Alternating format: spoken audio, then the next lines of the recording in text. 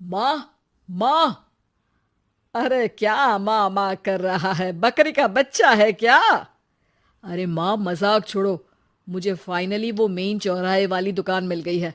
अब देखना, आपका बेटा दुगनी स्पीड से पैसा कमाएगा। ओफो, ये क्या? मेरी ऑनलाइन मेकअप क्लास चल रही है। इतनी जोर से क्यों बोल रहे हो आप दोनों?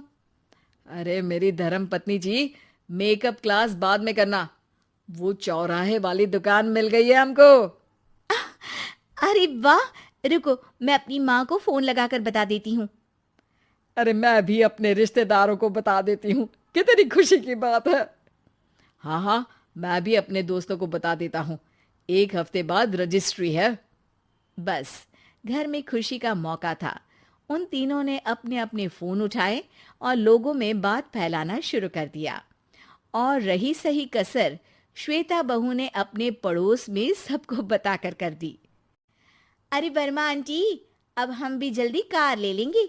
घर का रेनोवेशन होगा और ठाट से रहेंगे हम भी। अरे, ऐसा क्या हुआ? लॉटरी बाटरी लग गई है क्या? अरे, इस बार चौराहे वाली मॉल में हमको भी दुकान मिल गई है। दुकान नंबर 21, जो एकदम चौराहे पर है। अब ग्राहक बढ़ेंगे तो आमदनी भी बढ़ेगी ही ना। अरे वाह, कितनी खुशी की बात है। मैं बहुत खुश हूँ तुम्हें इतना खुश देख के। बाकी एक बात कहूँ, सबको मत बताते फिरना। किसी की नजर लग जाएगी तो खुशी की खबर वापस लौट जाएगी। हैं? ऐसे थोड़ी ना होता है। अब डरा रही हो? अरे सही कह रही हूँ। काली नजर कहते हैं इस चीज को, जब आप किसी को कुछ बताओ और वो काम बिगड़ जाए। अरे लेकिन मैं तो। तुमने सबको बता दिया ना? हाँ, फोन लगा लगा के। हम्म, अब बच के रहना। काली नजर बड़ी खतरनाक होती है। श्वेता इतनी खुश रहती है कि वो वर्मा आंटी की बात पर ध्यान ही नहीं देती, जबकि पड़ोस में और भी लोगों से खुशी की खबर शेयर करती रहती है। अगले दिन राजेश बहुत दुखी होकर घर आता है। अरे बेटा, क्या हुआ? मुंह क्यों मधुमक्खी सूजा ने हुआ? काट लिया क्या? माँ, वो दुकान किसी और के पास चली गई। किसी ने ज्यादा भाव लगा दिया। अरे पर बात तो आपसे हुई थी ना उस दुकान वाले की। हाँ, आज मैं टोकन अमाउंट देने गया था, तब मुझे पता चला। कोई आकर सुबह मुझसे पहले ही ज्यादा अमाउंट दे गया। काली नजर। क्या? क्या कहा? वर्मा आंटी ने समझाया था कि किसी को बताना मत, वरना काली नजर लग जाएगी। अच्छा, तुम्हें उनकी बात मान लेनी चाहिए थी। उनकी बात मान लेती, लेकिन उसके पहले ही सबको बता चुके थे ना हम तीनों। अरे अगली बार से ध्यान रखेंगे। कोई भी नई चीज होगी तो किसी को नहीं बताएंगे। तीनों कुछ दिन ऐसे ही रहते हैं, पर एक दिन श्वेता को एक मेल आता है। राजेश, मेरा ऑनलाइन मेकअप कोर्स कंप्लीट हो गया। अब मैं खुद का पार्लर खोल सकती हूँ। अरे वाह, अपने मोहल्ले में ही खोलते हैं। ये जो घर के सामने दुकान है ना, वहीं। हाँ, यहाँ सस्ती भी मिल जाएगी। अगले दिन श्वेता वर्मा आंटी के पास जाती है, मिठाई का डब्बा लेकर। अरे आओ आओ, कैसे आना हुआ? जोर से नहीं बोलूंगी। वो सामने वाली दुकान है ना, वहां मैं अपनी पार्लर की दुकान खोलने वाली हूँ। उसकी मिठाई है। अरे वाह, बहुत बधाई हो तुमको। हाँ, मैं कमाने लगूंगी तो राजेश पर पूरे घर का बोझ नहीं रहेगा ना आंटी जी। ये तो है। पर ये बता कि तूने ये बात किसी और को तो नहीं बताई ना? अरे नहीं नहीं, पिछली बार गलती कर दी थी। काली नजर लगी किसी की और राजेश के हाथ से वो दुकान चली गई थी। सबको मत बताना। चलो मैं चलती हूँ, करने भी तो जाना है। अगले दिन श्वेता दुकान के लिए मालिक से बात करने जाती है। अरे लेकिन दुकान तो हम कल रात को ही किसी को दे चुके हैं।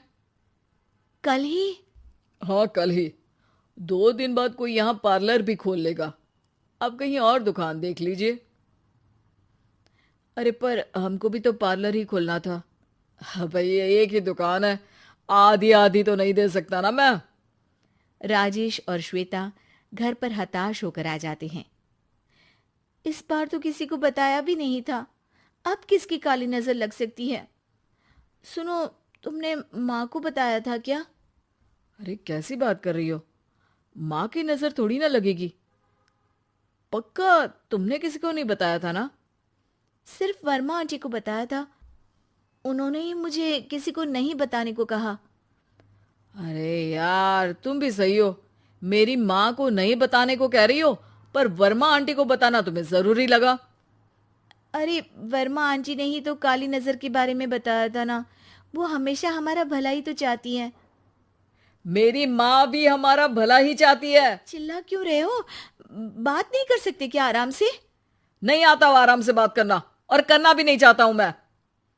दुकान जाने का दुख गुस्से में बदल गया था और राजेश और श्वेता में बात बंद हो गई थी। 2 दिन बाद मोहल्ले में पार्लर का इनॉग्रेशन हुआ, जिसमें मोहल्ले के सभी लोगों को बुलाया गया, पर श्वेता, राजेश और माँ नहीं जाते। माँ अंदर आ जाओ, क्या देख रही हो? अरे नया पार्लर देख रही हूं अपने आंगन से। देखो, माँ को दूसरे का सुख देखने में कितना मजा आ रहा है, मेरा दुख नहीं दिख रहा इन्हें। यहाँ मेरा पार्लर भी तो हो सकता था। अरे चुप रहो यार, हर बात में लड़ाई क्यों ढूंढ रही हो? राजेश और श्वेता फिर बहस करने लगते थे। तभी माँ ने दोनों को बाहर बुलाया।